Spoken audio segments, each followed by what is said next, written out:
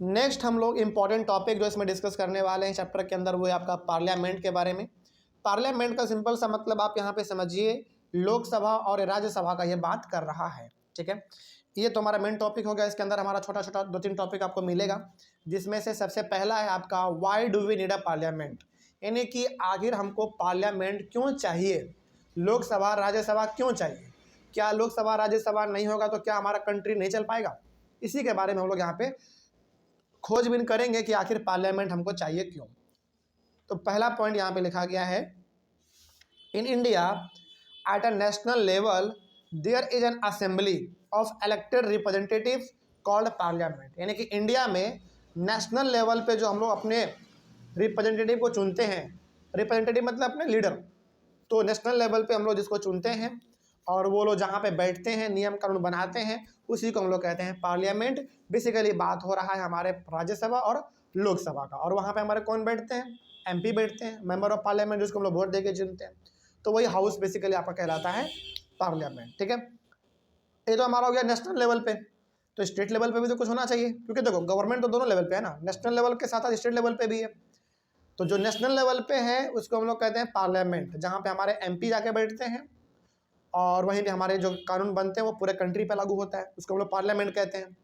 लेकिन state level पे जो होता है उसको हम लोग क्या कहते हैं, उसको भी समझो। At a state level there is also an assembly of elected representatives called legislature और लेजिस्लेटिव असेंबली। तो जो असेंबली हमारा स्टेट लेवल पे होता है, जहाँ पे हम लोग अपने एमएलए को चुनते हैं, वो लोग जहाँ पे बैठते हैं, नियम कानून बनता है स्टेट के लिए, उसको हम लोग या तो लेजिस्लेचर कहते हैं या फिर लेजिस्लेटिव असेंबली कहते हैं। और आपको बता देना चाहते हैं कि पार्लियामेंट को हम लोग हिंदी में कहते हैं संसद भवन, और लेजिस्लेटिव असेंबली या फिर लेजिस्लेचर जो कि स्टेट में होता है उसको हम लोग कहते हैं विधानसभा। और ये हर स्टेट में होता है, बिहार में भी है, उत्तर प्रदेश में भी है, झारखंड में भी है, मध्य प्रदेश में भी है, राजस्थान में भी है, गुजरात में भी है, हर जगह पर है। तो याद रखेंगे, आपका जो नियम कानून बनता है वो 2 लेवल पे बनता है, एक स्टेट लेवल पे जो केवल स्टेट पे ही लागू होगा, और एक नेशनल लेवल पे जो पूरे कंट्री पे लागू होगा। तो जो नेशनल लेवल का कानून बनता है वो हमारे पार्लियामेंट में बनता है, और जो स्टेट लेवल का कानून बनता है वो हमारे स्टेट यानी कि लेजिस्लेटिव असेंबली में बनता है, जिसको हम लोग हिंदी में विधानसभा कह देते हैं। कोई डाउट नहीं इसमें, चलिए। अच्छा, यहाँ पे आप बहुत बच्चों को कन्फ्यूजन ये भी होता है, सर हमारे एमपी कहाँ पे बैठते हैं और एमएलए कहाँ बैठते हैं। तो जो आपका एमपी होता है, मेंबर ऑफ पार्लियामेंट, इसमें वर्ड ही छुपा हुआ पार्लियामेंट। तो ये मेंबर किसके होते हैं, पार्लियामेंट के होते हैं, यानी कि लोकसभा या फिर राज्यसभा में जाके आपके एमपी जाके बैठते हैं और वहीं पे नियम कानून बनता है आपका। और जो आप एमएलए चुनते हैं, मेंबर ऑफ लेजिस्लेटिव असेंबली, वो आपका लेजिस्लेटिव असेंबली में बैठेगा, जिसको हम लोग विधानसभा कहते हैं आम भाषा में। कोई दिक्कत नहीं इसमें, चलिए आगे बढ़ते हैं। अब फंक्शन क्या है पार्लियामेंट का, यानी कि लोकसभा राज्यसभा इन सब का फंक्शन क्या है, ये काम क्या करती है, जरा इसके बारे में भी देखा जाए। तो इसमें लगभग 5-6 फंक्शन इसके लिखे हुए हैं।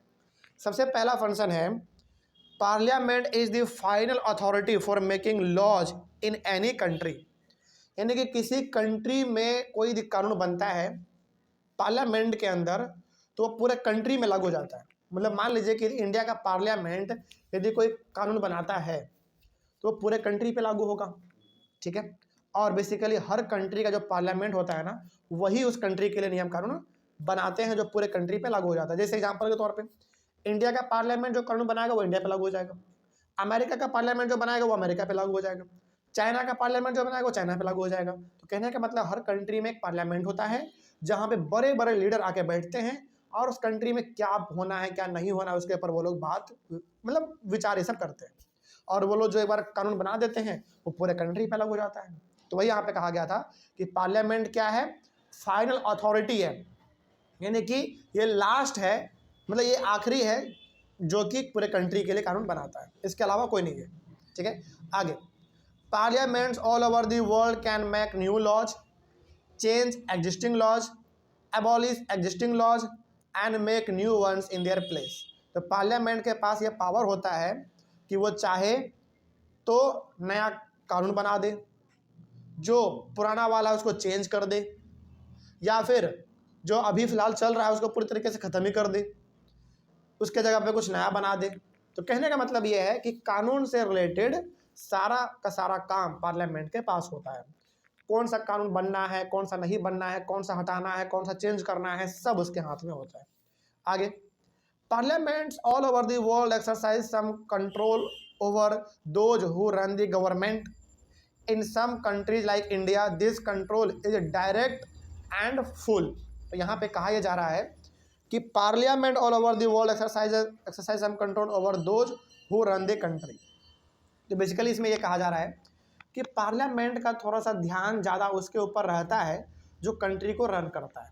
इसका मतलब ये हो गया कि पार्लियामेंट थोड़ा सा उस पर ध्यान ज़्यादा देती है जो फिलहाल गवर्नमेंट को चला रहा होता है, क्योंकि अल्टीमेटली पावर में तो वही है ना। और इंडिया में देखें तो ये कंट्रोल पूरी तरीके से उसी के पास होता है। जैसे आप एग्जांपल के तौर पे ऐसे देखो कि अभी फ़िलहाल हमारे इंडिया में जो पावर में है, जो इंडिया में पूरा भी रूल कर रहा है, वो आपका बीजेपी है, भारतीय जनता पार्टी है। तो ऑब्वियस सी बात है पार्लियामेंट में भारतीय जनता पार्टी का थोड़ा सा वैल्यू ज़्यादा है, क्योंकि अल्टीमेटली गवर्नमेंट भी उसी का है। तो कहने का मतलब यहाँ पे यह है कि जिस गवर्नमेंट नहीं कि जिस पार्टी का गवर्नमेंट होता है कंट्री में, उस पार्टी का थोड़ा सा वैल्यू पार्लियामेंट में बढ़ जाता है, कोई दिक्कत नहीं। और इंडिया, इसका एग्जाम्पल सबसे अच्छा आपका इंडिया है। आगे, parliaments control all the money that governments have. यानी कि गवर्नमेंट के पास जितना सारा पैसा है वो सब पैसा का देख रेख किसके कंट्रोल में है? पार्लियामेंट के कंट्रोल में है। इसीलिए तो हर प्रकार का डिपार्टमेंट आपको देखने को मिलता है। Finance department, health department, education department, road construction department, ये सब जो डिपार्टमेंट है इसका मतलब है कि उसके अंदर जो काम है वो सब उसी के अंदर है। जैसे मान लीजिए फाइनेंस डिपार्टमेंट है, इसका मतलब होगा कि पैसा का जितना भी कारोबार होगा सब उसी के अंदर आएगा। तो अल्टीमेटली पैसा का पूरा पावर किसके पास होता है? पार्लियामेंट के पास ही होता है। ठीक है। आगे, the public money can be spend only when the parliament sanctions it. अब पब्लिक मनी का मतलब है हमारा पैसा। गवर्नमेंट के पास जो पैसा है क्या उसका पैसा है? नहीं, हमारा पैसा है जो उन्होंने टैक्स के रूप में लिया है। तो वो पैसा कहाँ पे खर्च करना है, कहाँ पे खर्च नहीं करना है, ये सब डिसाइड कौन करेगा? पार्लियामेंट ही करेगा। और जब तक एक बार पार्लियामेंट साइन नहीं करेगा तब तक पैसा 1 रुपया भी खर्च नहीं होगा। तो सारा जो पावर है वो पार्लियामेंट के हाथों में ही है। अगला है आपका, इन any country parliament is the highest forum of discussion and debate on public issues and national policy. यदि कोई ऐसा पॉलिसी निकालना है या फिर ऐसा कोई मामला जो कि पूरे कंट्री लेवल पे डिस्कस करना है तो पार्लियामेंट ही वो जगह है। क्योंकि देखो, आप गली गली आके डिसीजन तो नहीं ले सकते। गली गली आके लोगों को समझाना, डिसीजन लेना क्या संभव है? नहीं संभव है।